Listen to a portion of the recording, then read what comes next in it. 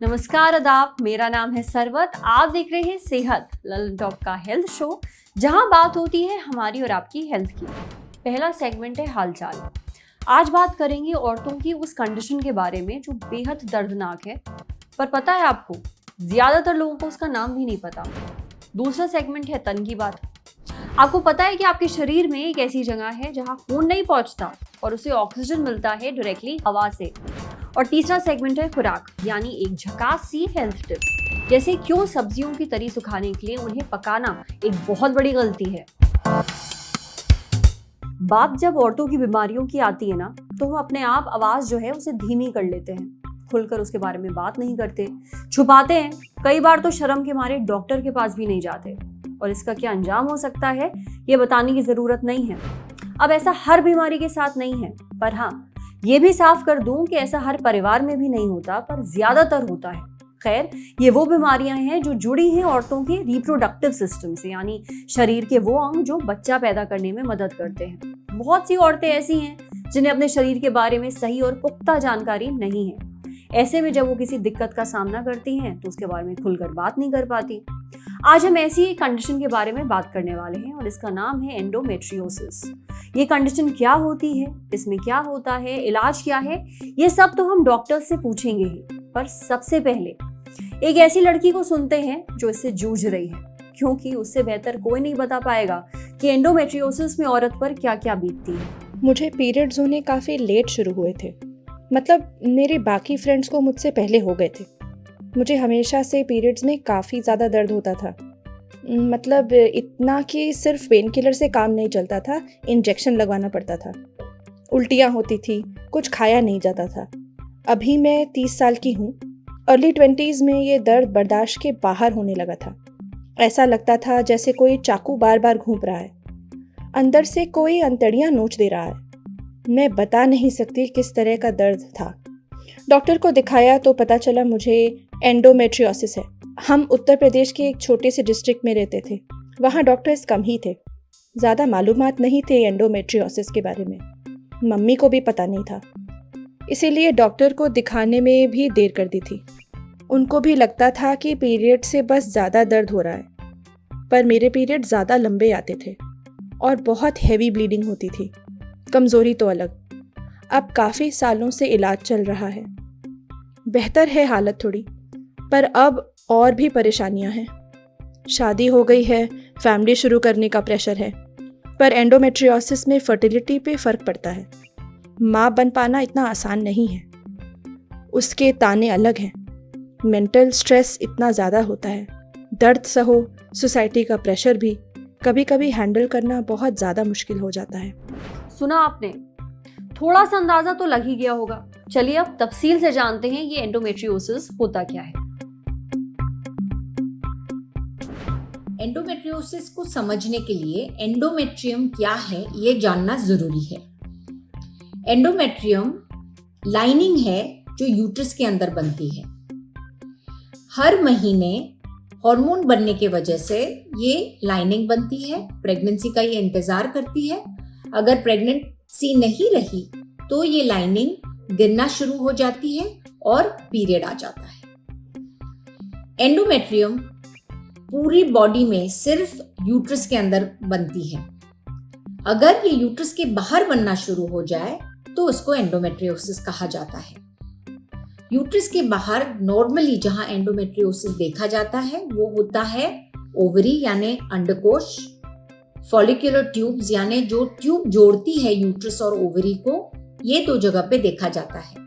Uterus के बाहर अतड़ियों में यहाँ पे भी देखा गया है और इसको सिवियर एंडोमेट्रियोसिस बोलते हैं। इसके होने के कारण जब भी बच्चियां छोटी होती हैं तो यूट्रस बहुत छोटा होता है और उसकी जो ओपनिंग होती है जहां से ब्लीडिंग बाहर आती है वो बहुत छोटा होता है। इसकी वजह से यूट्रस में दबाव आता है ताकि जो एंडोमेट्रियम बने, जो ब्लड निकल रहा है वो दबाव की वजह से बाहर आए। अगर दबाव ज्यादा होता है या पेन ज्यादा होता है तो क्या होता है कि एंडोमेट्रियम उल्टी जगह से माने ट्यूब्स में से बाहर आता है। तब वो दूसरी जगह पे बैठ के वहां पे ग्रो होना शुरू हो जाता है। दूसरा जेनेटिक कारण भी देखा गया है कि कई बहनों को एंडोमेट्रियोसिस होता है या माँ को हुआ था इसलिए बच्चों को होता है। ये एक दूसरा कारण है जिसको हम प्रिवेंट नहीं कर सकते।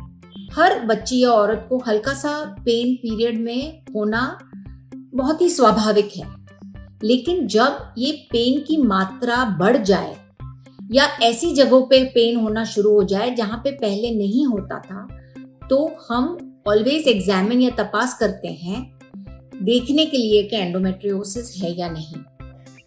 दूसरा प्रॉब्लम पेशेंट्स को होता है कि बच्चे पैदा करने में प्रॉब्लम होता है या जो हम इनफर्टिलिटी बोलते हैं, वो कंप्लेंट लेके पेशेंट हमारे पास आते हैं।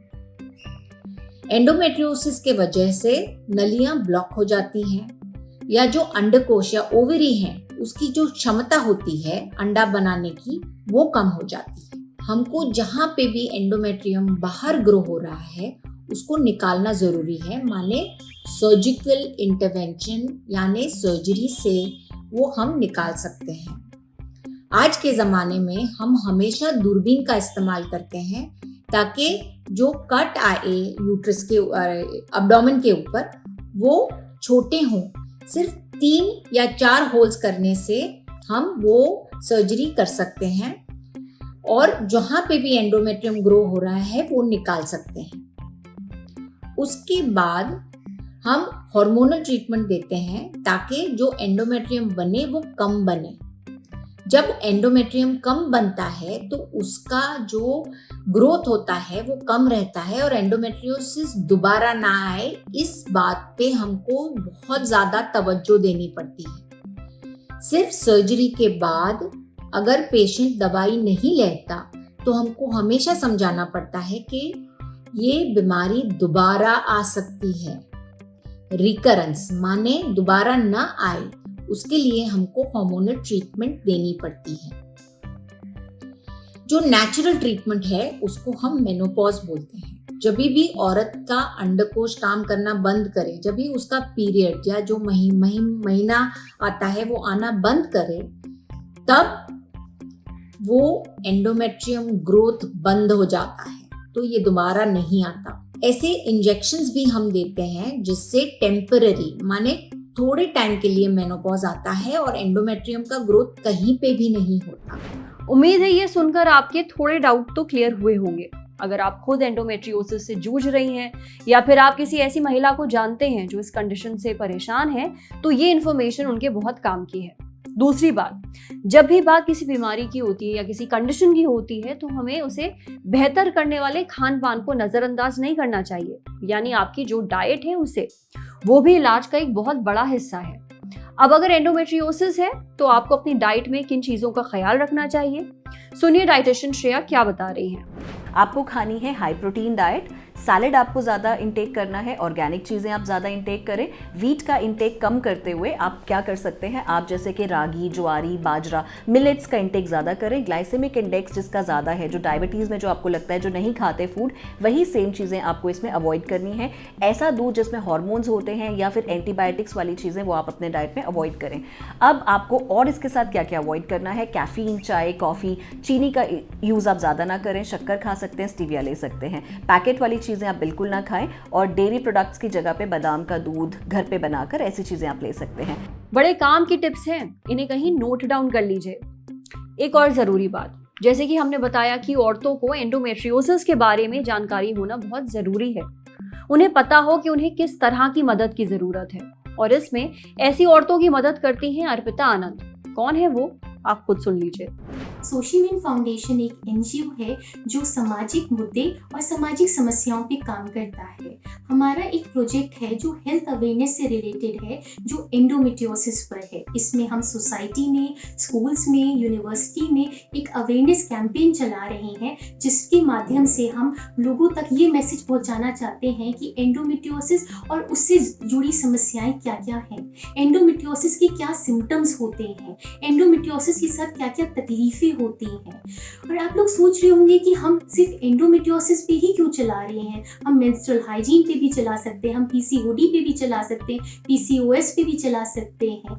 हम एंडोमेट्रियोसिस पे इसलिए चला रहे हैं क्योंकि 12 साल से मैं खुद एंडोमेट्रियोसिस से सर्वाइव कर रही हूँ और मैं सरकार से एक हाथ जोड़ के गुजारिश करना चाहती हूँ कि एंडोमेट्रियोसिस के लिए जो हम अवेयरनेस कैंपेन चला रहे हैं उसमें हमारा सहयोग दें और ज़्यादा से ज़्यादा लोगों तक बताएं ताकि उसका इलाज निकल सके।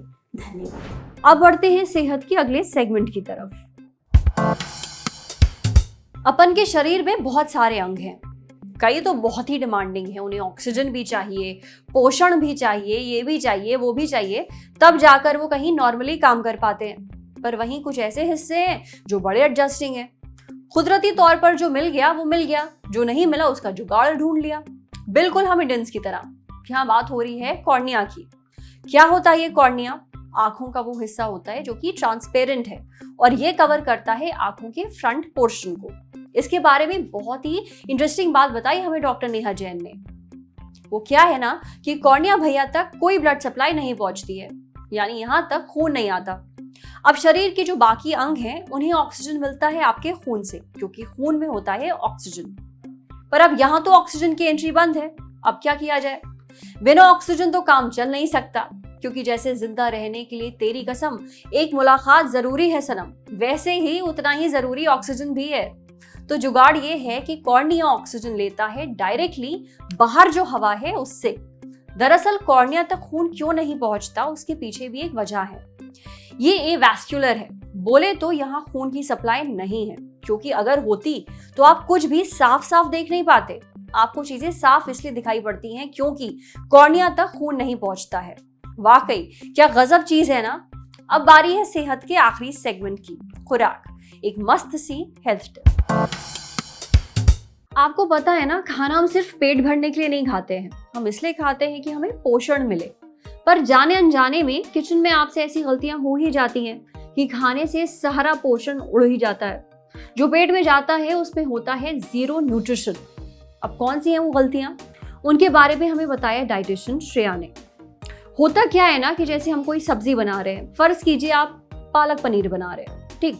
अब जो ग्रेवी बनी वो थोड़ी पतली हो गई, तो आप क्या करते हैं?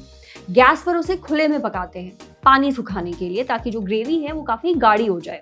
और ऐसा सिर्फ पालक पनीर के साथ नहीं, हम आमतौर पर सारी सब्जियों के साथ ही करते हैं, यहाँ तक कि छोले के साथ भी करते हैं। ये नहीं करना है। देखिए, सब्जियों में होते हैं विटामिन। कुछ विटामिन ऐसे होते हैं जो पानी में घुल जाते हैं, उन्हें वाटर सॉल्युबल विटामिन कहा जाता है, जैसे कि विटामिन बी हो गया, विटामिन सी हो गया। ये पाए जाते हैं पालक, दाल, राजमा जैसी चीजों में। अब अगर आपसे पानी ज्यादा हो गया है और आप उसे आंच पर चढ़ा रहे हैं, उसे सुखा रहे हैं, तो आप इन सब्जियों के अंदर जो पोषण है उसे टाटा बाय बाय कह रहे हैं। उससे बेहतर है कि आप चम्मच से जो पानी है एक्स्ट्रा उसे हटा दें और वो पानी इस्तेमाल करें आटा गूंदने में। सब्जियां खाने के बाद भी हमें सिर में दर्द होता है, हड्डियों में दर्द होता है, हेयर फॉल वगैरह हो जाता है। उसकी एक बड़ी वजह यह है कि हमें सब्जियां और फल खाने का सही तरीका नहीं आता, क्योंकि इनमें जो न्यूट्रिशन है वो हम तक नहीं पहुंच रहा। तो आप ये ट्रिक जरूर ट्राई करिए। आज सेहत में इतना ही। अच्छा, अगर आप एक डॉक्टर हैं और हमसे जुड़ना चाहते हैं तो जो ईमेल आईडी इस वक्त आपको अपनी स्क्रीन पर दिख रही है उस पर हमें एक मेल भेज दीजिए। कैमरे के पीछे हमारे साथ अमितेश। ये वीडियो फेसबुक पे देख रहे हैं तो हमारे फेसबुक पेज को लाइक करिए, यूट्यूब पे देख रहे हैं तो हमारे चैनल को सब्सक्राइब करिए, बेल आइकन पर जरूर क्लिक कर दीजिए ताकि जब भी हम कोई नया वीडियो अपलोड करें तो उसका नोटिफिकेशन आप तक सबसे पहले पहुंचे। Thank you.